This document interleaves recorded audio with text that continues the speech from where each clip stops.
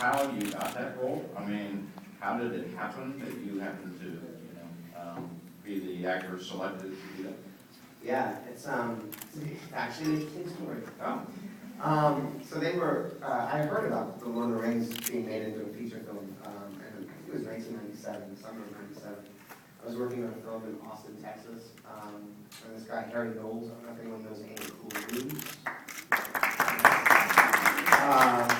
He kind of pioneered this website as a film fan. Anyway, we were on set, and he told me that they were making Lord of the Rings, and that Peter Jackson was going to make it. And I knew who Peter was. I'd seen a number of Peter's films, and I was a fan. And he said, "You should play Frodo." Cut to many years later, when they actually get the financing for the film and they start the casting process. My agent called me and she said, they want you to go in and put yourself on tape for the role of Frodo. And so Peter was traveling around the world. As you can imagine, it was a massive effort to try and cast the films. So he was traveling in different parts of the world, meeting different actors along the way. And he wasn't going to be in LA anytime soon. So what I did is I had to go to the casting office to read the script, because they weren't sending the script out to anyone. It was top secret. I'll never forget that day. I went to the casting office, and I sat in a room, they shut the door, and I opened up the script. And I literally went to another world. I remember driving home and feeling like orcs and goblins were chasing me. I just was so completely immersed. I'd never read anything like it. It was really remarkable. And I had this thing where my agent said, you have to go to the office and put yourself on tape. And I just didn't love that idea, the idea of going into a room, kind of a solitary, white background, and to play this character that I had so much passion for. I really wanted to do something special and unique to be able to showcase how passionate I was. So I decided to make my own tape.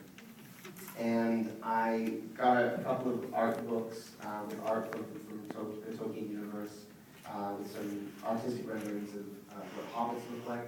I had an idea, but I just wanted a reference. And I went to Western Costume in Los Angeles, which is a major costume housing. They sort of takes TV movies. So I went there and I got a costume that I thought was appropriate. Like neat pants, the waistcoats, very hobbity. And myself and two friends shot the audition scenes. One of them we shot in my house. It's a scene where Gandalf sees Frodo for the first time. It was actually slightly retooled for the audition. It didn't end up in the movie like that. And then two scenes outside. One, I think, from the very end, like in Return of the King. And I think another scene in the early part of Return of the King. So quite intense, like broad spectrum of emotions. I did some dialect coaching beforehand, so I picked a dialect. If I watch this video now, the dialect is probably horrible. And you probably see the video now and go, how did he get the role? So I basically did the scenes, shot it from various angles. My friend helped me edit the scenes together that night. The Miramax offices in Los Angeles. I got the tape, it was a cassette tape, VHS. Not a DVD. And I took that to the casting office, and they sent it to Peter. They FedExed it to Peter. Peter saw it. I didn't hear anything for a couple of weeks. And then Peter came to Los Angeles and met with a number of the actors that he'd seen tapes of that he wanted to meet in person. And according to Pete, he saw the tape and was convinced. I don't know how, but I guess he was. And then we met, and it was one of the most satisfying experiences I've had, I think, as an actor trying to get a role, because I put a lot of effort into it, and exactly what I wanted to achieve, I have achieved. I spoke to some of the people at the casting office, and they were kind of moved by what I'd done, and it was pretty powerful. And then getting to meet Peter. And I guess I heard about a month or two later, I got a call. My agent called me and she said, "Stay by the phone, you're going to get a phone call." I said, "Okay." And then answered the phone, and it was Jan, Peter's assistant at the time, and she said, "Hold on the line for Peter Jackson." And I was weak at the knees. Peter got on the phone and he basically said, "Hey, would you like to come down to New Zealand and play Frodo?" And then Austin, it was a pretty fantastic day. That's great. Great story.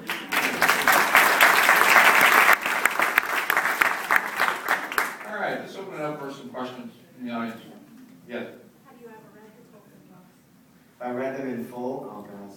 Here we go. Here comes the admission. No, not all the way through. Oh, man, there we go. There's a deep dark secret. I know it is a deep dark secret. I'll tell you why.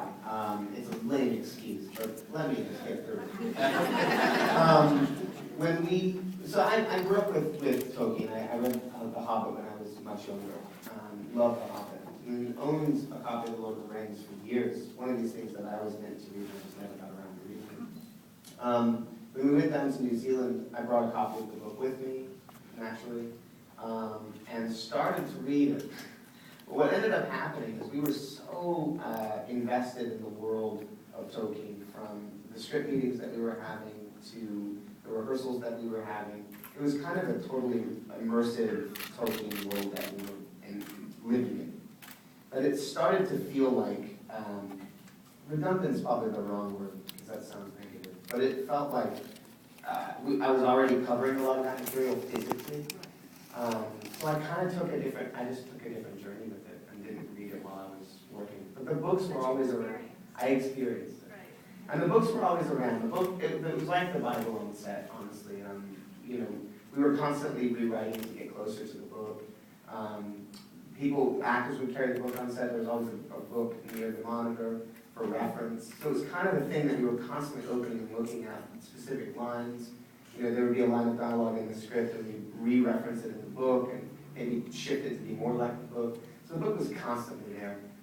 I just didn't fully read it, which kind of irks some Tolkien fans. So you guys all got tattoos? Yeah, we did. Yeah, we all got I'm tattoos. sorry, what was the question? She was asking if we all got tattoos. You all got tattoos? It's the 9 number, yeah. So it's basically the Elvish lettering for the number 9, for the 9 numbers of the Yeah. I actually had that idea really early in production, because we all kind of knew that we were a part of something really significant and totally unique, and never have an experience like this again. And it just kind of popped into my head, and I thought, I'd be really interested to get tattoos. If we're ever going to, as a group of people collectively experiencing something, this would be the time to do something like that. And a lot of people like the idea, but some of them were like, no, voice of reason, why don't we wait until the end? Just to make sure it's the experience we all hope it's going to be. Which was sound advice. And it all panned out great. And all that kind of too. It would have been terrible if we got the number 9 and we're like, oh God, this experience is terrible. I have a question about that, because there's so much, character animation and side effects, et cetera. How does it, as an actor, acting when you're acting against a character that doesn't really exist? Obviously there's a lot of imagination at play. We're given marks to look at a lot. There'll be reference points. For something that isn't physically there, like the Flying Nazgul, for instance, or Sheila wasn't there. We actually did, funnily enough, have a giant spider leg that we never used. Like, what's that? Oh, it's a spider, it never got used. Good idea, but it didn't work. But for all of those things, we always had really great references, because Weta would do, not only would they make conceptual art and designs that you would see and have an understanding of what those creatures look like, but there would also be maquettes and models. So we always knew what we were meant to be looking at, so that helped. We didn't have to make it up in our minds. And it's just, I guess it's as simple as putting yourself in that moment, emotionally, and just sort of believing in it. Andy Serkis, who played Gollum, he was physically there. We did it in a funny way, where he would come in and do a pass of the scene. If we were doing a take, for instance, we'd probably do 3 takes with him, physically interacting with me and Sean. And then we'd do a number of takes without him there, because they initially thought that he would just be a reference, and his job became far more intense than that. But that helps too, because we actually had someone physically there to kind of get a muscle memory sense of what we were supposed to be working with. But a lot of